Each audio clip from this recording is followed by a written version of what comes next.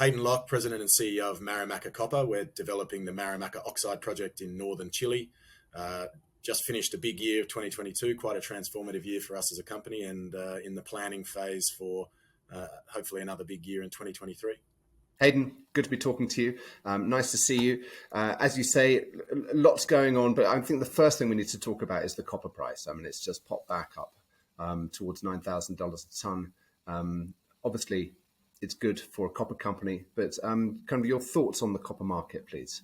Yeah, well, look, I think we're all expecting 2023 and even 2022 to be a year where there was a small surplus and therefore the copper price would be under a bit of pressure. We saw a little bit of that pressure last year, but it seemed to be driven more by the general fear of a global recession. And those fears seem to be abating. I mean, you see the numbers coming out of the US in inflation, the talk of peak inflation having already been reached, and therefore a likelihood that we're going to start to see some loosening of monetary policy, which could lead us back into a growth phase. I think people are getting excited by that. On top of that, you see, there's been a lot of issues with copper producing assets not producing at the level that they thought that they would, in combination with restocking and demand and relatively low inventory levels. And so, we're excited to see it back above 4. And the consensus from our view and all the research that we're reading is it's going to be a relatively strong year for copper in 2023. And then the longer term thesis, which we talk about consistently with you, is still very much intact, and we're still very, very bullish about copper in the sort of 10-year time horizon. Yeah, the electrification theme is going nowhere. And when you look at the development profile of kind of large projects and the current profile of existing projects, which are in decline and falling grades, I don't know if you saw the CEO of Codelco recently came out and said that they're producing 1.7 million tons per annum. But if they can't get the funds to reinvest into the operations, he can see the future where they're down to 400,000 tons. The amount of money required to just maintain that sort of 1.5 to 1.7 million tons a year of copper production is absolutely astronomical. They're needing to invest, I think the number is something like $40 billion over the next 20 years just to maintain production. And so, the financing becomes a big issue in a rising interest rate environment. So I think there's more pressure to come on operations rather than potential for expansion. And, one of the things we always talk about, Marimaca is one of the few projects that can be built in the short term, in the next 5 years. And that's a very interesting place for us to be, but it's also a concerning place for the copper market and those people that depend on buying copper. Yeah, well, great. So we set the kind of the macro context. So you said you had a big year in 2022. Let's unpack that a bit and just remind me of the kind of a bit more detail on each of those key milestones. You put out a number of resource studies, and you've got the water. And just talk me through kind of where you were at the beginning of last year and where you've ended up.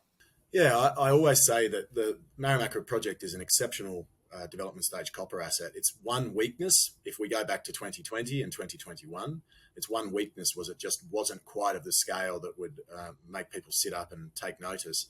And, there's an arbitrary threshold that's thrown around in the copper industry of 1 million tons of contained copper in your project. We set about trying to address that in 2021. 2022 was all about drilling up that new discovery at depth and, trying to get that to come into a resource. And so we drilled 40,000 meters of drilling with that being a focus, and delivered a resource upgrade in October 2022, which was an exceptional result, 100% increase in resource tons. We got to that, or thereabouts, to that magical 1 million tons of contained copper threshold. And what that means is it's completely transformational for us as a company. We go from slightly below sort of 40,000 tons a year of production for a 12-year mine life to now we're looking to the future of something between 50 and 60,000 tons for a mine life between 12 and 15 years. So really quite a transformational year from a mineral endowment perspective. And obviously the value of the project is going to have increased significantly. And all of those fundamentals which made Marimaca such an exceptional project, its location, a very low strip ratio, low capital cost to production are all remain completely intact. So a really transformative year from a value perspective from the project.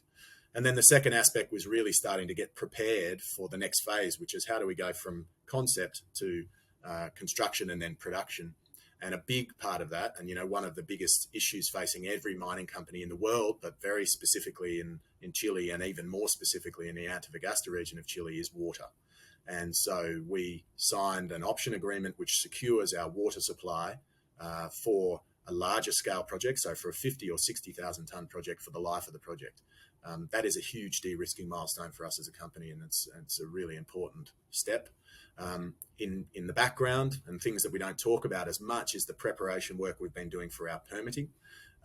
So we've done all of the preparation work required to permit a mine in Chile is all done. We've reviewed it over and over, and one of the benefits of the location is just how little impact we have on all of the issues that might make it difficult to permit a mine. And that's been confirmed by all of the work that we did in 2022. And so, yes, it was quite a transformational year for us, and we're excited about the start of 2023. Let me go back to, thank you.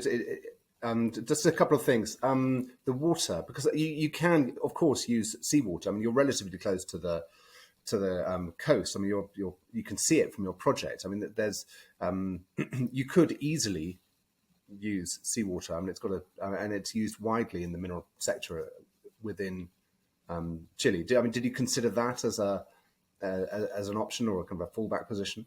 Well, we are using seawater, so that is exactly the option agreement we've signed with one of the local power stations in the Mejillones Bay, who has water extraction rights. And the deal with them is we will build a pipeline to their project, and then they will provide us with water at the gate of their project to deliver to our project. And all of the metallurgical testing and all of the design that we've been doing for the project assumes that we use untreated seawater in our process. And it has an enormous benefit for this project that we don't have to use fresh water. So we're not using any freshwater aquifers, which is a huge lightning rod for public opinion here in Chile, but also we don't have to build a desalination plant, which is incredibly expensive. I've done some metallurgical test work on leaching, and actually, one of the things you typically do is you add salt to your leaching solution to improve your leach kinetics. So I can completely understand that seawater actually helps the processing. Yeah, as we get down into the more enriched mineralization, enriched secondary sulphide mineralization, we will actually add salt to our agglomeration phase because it improves the overall recoveries and leach kinetics by a couple of percentage points. So you're absolutely right. In the oxide zone, we don't see any clear benefit of having chloride in there, but we also see no negatives of having chloride in the solution. Obviously, you've got to manage it before it goes into the SXEW, but it's an incredible benefit for the project. And going back to another one of your comments, about the ability to scale it to 50 to 60,000 tons. In Chile, there's this very strange, kind of anomalous, it's kind of a slightly ineffective law that your tax regime changes, your royalties scheme changes when you go past 50,000 tons per annum. Suddenly, up to 50,000 tons, there's a kind of an incremental royalties scale. And so if you mine 49 and produce 49,999 tons, you get your average royalty load is around 2%. But if you go over by 1%, everything gets whacked with a 5% royalty on the top. With the potential to produce between 50 and 60, might the most economic be 49,999 tons? Absolutely. So that law hasn't yet been enacted, although it's been talked about. There's no formal enactment. It's to be debated in the near future. So it sounds like it's moving through, but it's absolutely a consideration for us. And as part of our process of deciding what scale we will take into our definitive feasibility study in the latter part of this year is an analysis of the post-tax impact of the new fiscal regime. And you can see that at virtually all copper prices. Interestingly, at lower copper prices, it still makes sense to produce at 60,000 tonnes. But at higher copper prices, it makes sense to produce at 50,000 tonnes. And so I would say if it gets enacted, we will most likely take the 50,000 tonne project into into the definitive feasibility study for exactly that reason. And of course, when you, I know that you added new tons to your resource last year, but when you expand your envelope, you incorporate more lower grade material into it. And so your average grade from your first resource to your second resource actually fell. Do you see that as a negative? I mean, I think the market was a bit spooked by the headline number coming out lower with the lower grade. Yeah, look, it's certainly it's a function of the commodity price assumptions that you use as well. Yeah, look, it's I won't say I'm disappointed by it, but it would always be nice to see the grade stay the same or go up as you increase the size of your project. I think the thing I would say is, everyone talks about grade is king, and that's true, all else being equal. But it doesn't really take into account all the other aspects of the project which are important when you start to analyze whether or not you're going to make money. One of the biggest positives of the Marimaca oxide project is its incredibly low strip ratio. So we're talking a strip ratio of less than 1-to-1, meaning for every ton of material we move that has economic value, we're moving much lower amounts of waste relative to the vast majority of other projects. And when you do an analysis that compares our project on a like-for-like basis, taking into account the benefit of that strip ratio, it's equivalent to us having a 1% grade if we were to have a 4-to-1 strip ratio, as an example. So it is a significantly higher grade project than meets the eye because of that that structurally low mining cost per pound of copper delivered to the process plant. And I think that's one of the aspects that people overlook when they say, well, you're low grade, or they label it whatever they're going to call it. To give you an idea, at $4 a pound, the economic cutoff grade for this project is 0.15%, i.e. you will make money putting 0.15% material on the heap leach. So at 0.45% or nearly 0.5%, we're certainly well above the economic cutoff grade, and would expect to make significant amounts of money. The other aspect of the project, which is really important, is the high grade core, which is naturally the first part of the mining process, is in the first 5 years of our mine plan. And what that means is all of the capital cost that we put into this project is paid back very early, giving our investors a significantly better return on invested capital. Once you've paid back your capital and you return money to investors, the effective economic cutoff grade of the project, when you're not including additional capex, is lower again. And then taking it one step further, we also have the ability to do dump leaching, and the dump leaching cutoff grade is lower again than that because we use significantly less acid and less crushing. So overall, I'm not unhappy at all with the grade that we have. What I'm most concerned about is over the period of the mine life, what's our return on invested capital going to be? And it's even at that grade, it's going to be absolutely exceptional. It's good to hear, and it'll be really interesting when you come to the studies to see the grade profile and the scheduling of the high grade core, the payback of those payback times. That'll all come out. So where you've got to now, and I know that the December drill result hit some sulphide, and I do want to talk about that. But where the project is at the moment in terms of the oxide is that you've got a new resource coming out in Q1. So the next few months, you've got another, whatever it is, 10,000 meters of drilling to add to it, and kind of the transformation, or the adding measured and indicated, because you can't include inferred in a pre-feasibility study. So am I right in thinking it's get that resource out and then all guns blazing on the pre-feasibility study? No, we've taken a slightly different approach. But yes, absolutely, we're trying to get the resource out towards the end of Q1, start of Q2. So that timeline remains intact. The last drill results are coming in as we speak. The team are working on that. I think what's really interesting about those next lot of drill results is we found a new high-grade centre in the northern end of the pit. I think we released some drill results last year that talked about that. We've got some more drill results coming out soon, and what we're seeing is very, very exciting for us from a grade perspective in that northern end of the deposit.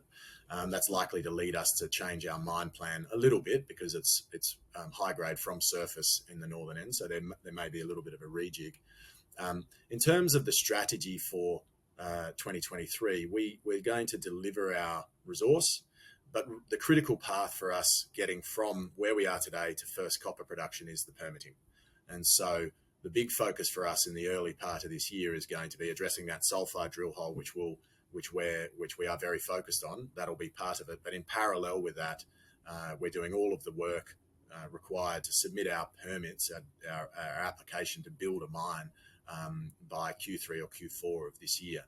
And that way we get the project into the system. And as it goes through the system and we're getting real-time feedback on what the authorities would like to see from an environmental management perspective, we then can incorporate that directly into our DFS and save ourselves quite a significant amount of time at the back end. So the focus in the early part of the year will be permitting, and then the DFS is actually a relatively short timeline because all of the other work required to complete that is already done. Okay, so the new resource will feed into a into a feasibility study. Exactly. So we'll look to do a DFS. The resource that we put out in at sort of March, April is targeting 90+% in the measured and indicated categories, which will allow us to declare a decent sized reserve once we deliver that DFS. Okay, good. And so, do you think it's going to be out this year, or is it a potential for it to be kind of early next year, the feasibility study? I think there's the potential that we could deliver it by this year, but we'd need to commence it at the start of Q3 in order for that to happen. And then there's juggling around finances and what we need in terms of resources to do that. And do we want to take resources off the permitting to focus on the DFS when really permitting is the biggest value add from a work program for us? Moving that forward and shortening the timelines to being able to commence construction is for us the biggest value add that we can do in terms of engineering. It's a critical path item, and the shorter it is, the closer that NPV becomes real. You mentioned cash finance. Where are you on the balance sheet? So we have a little over $16 million US on the balance sheet. That's enough for all of the work that we've got planned for this year. But almost certainly sometime late 2023, 2024, we'll need to look at financing the next stage. We're actually starting to get quite close to a decision where we would, start to look at, bigger sources of capital in order to take this project through to production. And so, look, this project is exceptional. It's now very much on the radar of lots of potential funding partners. So the least of my concerns with this project is whether or not we'll be able to finance the next phase. The bigger concerns are moving it forward as quickly as we can and then doing the best possible deal for our current shareholders. Good. Let's move on to that sulphide hit, because you were doing kind of a geological and a geotechnical hole, and you went off the kind of the northeast side of the pit, and it was a 240 meter hole or something, and it came out at 1% total copper with 92 meters at 2%, I think it was, and you also gave another 100 and something meters at 1.7%.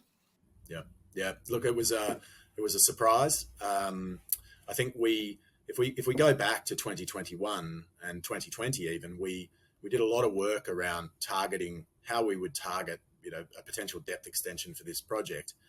All of the reviews that we've had, everybody knows there has to be a sulphide feeder zone there somewhere at depth, and the question is just how big could it be. And I think through the drilling we identified that there was a high degree of association with magnetic susceptibility and the presence of higher grade primary mineralization. And so we used that to try and target that for a drilling program. What eventually happened is we made the Marimaca mixed oxide discovery, which is, we were looking for the sulphide extension, and what we found was actually the oxides extended quite significantly further at depth. And so that left the sulphide question unanswered. The issue we faced was the drilling required to drill, and perhaps I'll show a presentation so you can see what I'm talking about.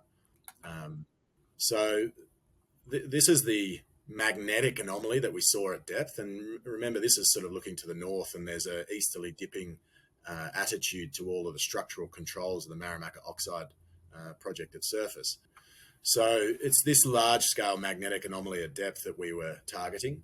The issue we face is as you get deeper, as you're targeting deeper mineralization, we're having to drill way out here on the eastern periphery, and the drill holes in order to test that target are sort of 1,000 plus, maybe 1,500 meters, very significantly more expensive in terms of our balance sheet than we were willing to spend. So this drill hole from MAD 22, which is the drill hole we reported, is drilled on the opposite orientation, so significantly shallower hole.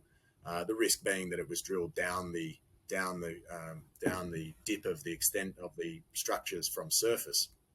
And what it intersected was 120 plus meters at nearly 1.7%, majority in chalcopyrite.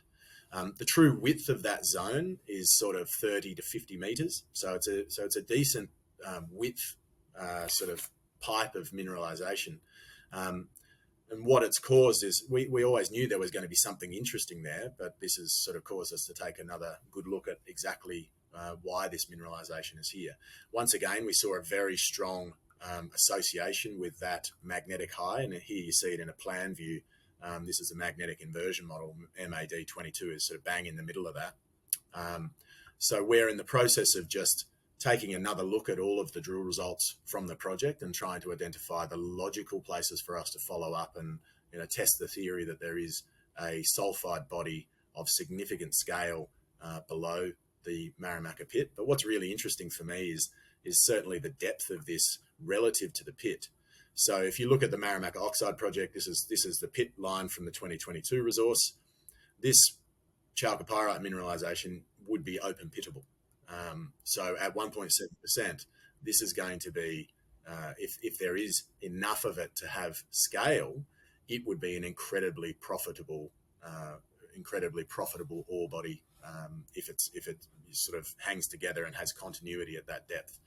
So what we're planning right now, and again, this is some work that Sergio did, just looking at the magnetic susceptibility and the correlation to the highest grade mineralization. And you see there's almost a perfect correlation with those spikes in grade and magnetic susceptibility.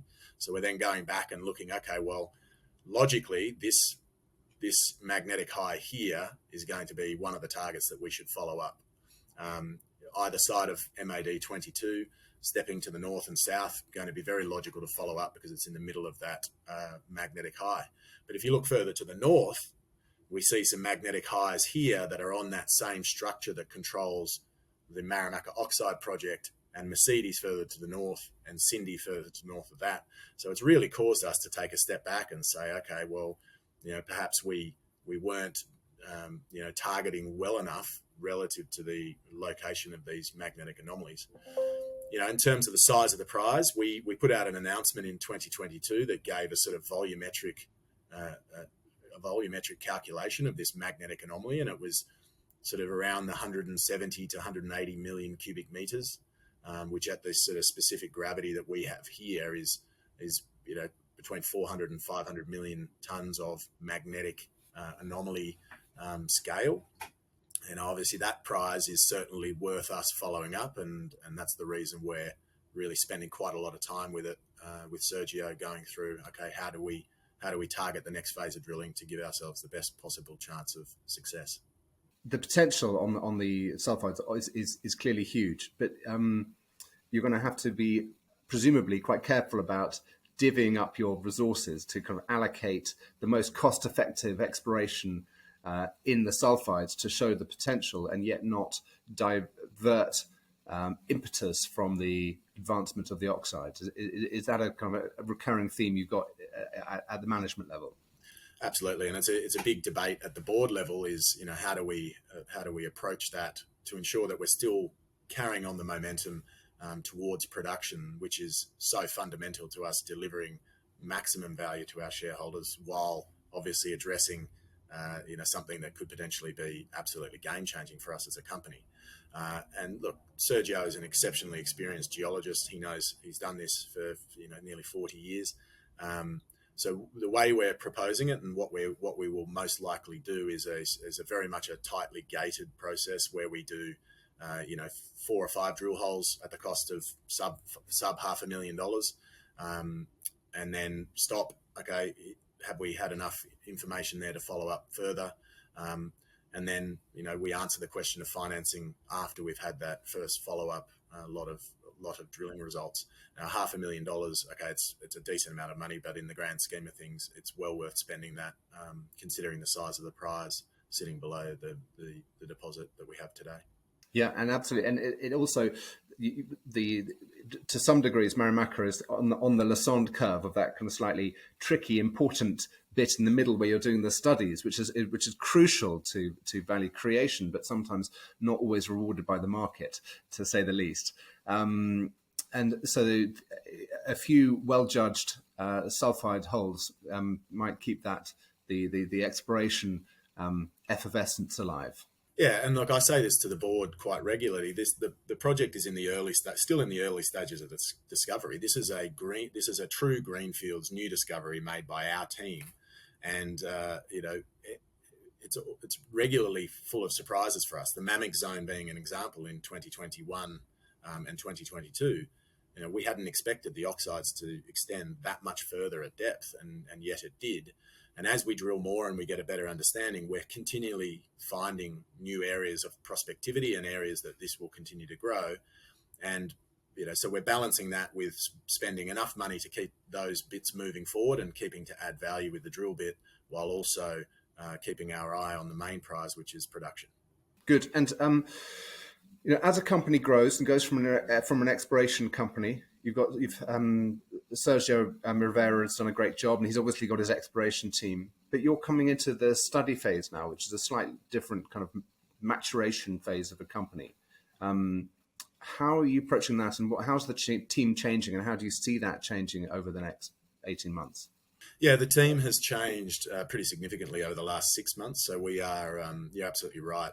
My experience of going from an explorer to a developer, which I've done now 3 or 4 times, so I've been through this before, is quite a challenging transition. It's a different mentality. It's a different approach. There's a lot more process-driven and risk management-driven sort of decision-making that's done in the team, whereas exploration tends to be a bit more freewheeling and a bit less focused on the process. We made a key hire last year, a gentleman named Leonardo Hermosia, who was VP of Project Development Capital Projects for Barrick in South America, has built several mines with Hatch and as a principal, so both as a consultant and a principal. He joined our team as VP Project, really to lead the next phase of development, including the permitting aspects of design and engineering, but very much focused on tying up all the loose ends before we need to get to DFS, and then delivering that DFS and starting to deliver the transition from a developer into actually commencing construction. So he's the first key hire. There will be some other changes, and we're gradually upskilling and filling various key positions. But I think at this stage, we're not looking to make drastic changes to our structure and therefore our corporate overheads, our overhead and cost, because we think we can still run a very lean team until the end of the DFS. But during that DFS process, that's when we really start to put some detail around the HR and organograms and structure of management and which positions we really need to fill. That sort of comes towards the end of that DFS phase. So just by way of recap, just remind me of the kind of the news flow over the next to the permitting phase in 9 months' time. Once you've submitted your permit applications, what can the market expect over the next through 2023? Yeah, we've still got those 10,000 meters of drilling, and that's all focused on that northern higher grade zone. So, keep an eye out for the drilling there, which we think is going to be quite positive for the overarching resource. Obviously, the resource update, which will be out late March, early April, which is all about incorporating all of those drill results and then delivering something that's close to 90% measured and indicated resource. That's our target. And then in parallel with that, we're working, pretty aggressively on moving those permits forward with the goal that we'll submit the permits towards the latter part of the year. Obviously, a big part of the first 3 or 4 months of this year is going to be a focus on those sulphide potential, and so we're in the process of planning that out. But I think we'll probably drill five holes in the first pass, which we'll then release to the market, and fingers crossed we make a nice new discovery there. And then if we do make a new discovery there, then obviously will be a bigger focus on trying to drill that out further, and then leading us up to kicking off the DFS towards the end of the year, and hopefully we'll be in a position to deliver it towards the end of the year or just in the first quarter of 2024. Hayden, thank you so much. I do want to ask one more question though, which is about your shareholder register. You've had two private equity funds as kind of significant backers of the company for years. Can you just kind of, and I know you've done a huge amount of work on changing and maturing the shareholder register. So could you just tell me kind of where that's got to and what kind of interest you're getting? How are the institutions approaching the company these days? Yeah, it's still a challenge for us. And unfortunately, when we went through our previous financing, the copper price wasn't anywhere near where it is today. It was sub $3 a pound copper price, and there just wasn't the level of interest from the market in general for copper projects at that point. That has completely changed. The feedback we get from meetings with institutions and investors is, we absolutely love your project, fantastic.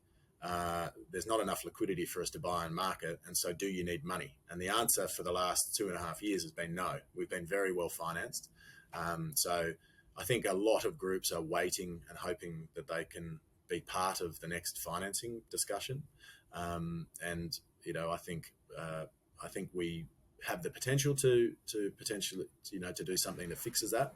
But one of the things we want to weigh up is, we're not going to do a capital raise at these prices where we think we're materially undervalued at the detriment of our current shareholders. And so it's I think I don't see financing as a risk.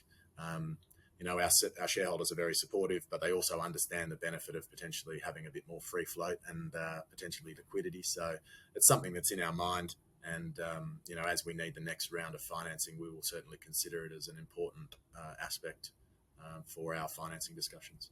You've just joined the OTCQX, I believe. Have you seen any pickup in liquidity on that, or is it too early to tell? Yeah, it's too early to tell. We're going to do a bit of a roadshow around to see investors. One of the bits of feedback we got from, large pockets of private capital, so the sort of retail money, high net worth money out of the US, was, we really like your story. We can't invest directly on the TSX, and we don't like the pink sheets because of the association with the Wolf of Wall Street. So that upgrade was really to allow them to be able to trade our stock. And now we've got to go out and make sure we tell the story and give them all the reasons why they should be buying our stock today, not least of which is that we're trading at a significant discount to the new value of the project, which is quite hard to quantify, but because we haven't put out a study. But just looking at it, if we were $500 million of value at $3.15 a pound copper, and we're now at $4.15 a pound copper, you'd see a significant improvement on the PEA, which was on the smaller resource. And then you added nearly 100% increase in resource tons, you've got to be seeing a quite significant change in that value from $500 million. Where is it? Somewhere between 700 and $1 billion, I don't know. But that's the story we've got to get out and tell to encourage people to invest in our stock.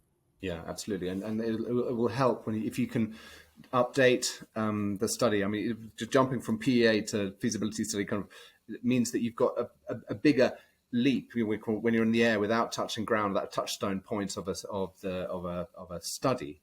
But you're a communicator, Hayden. You can go out there and tell them. Thanks, Merlin. Good. Thank you very much. Look forward to catching up the next time when more drill results come out, perhaps when the resource comes out. Great. Look forward to it. Good time. Good. Thanks a lot. Thanks.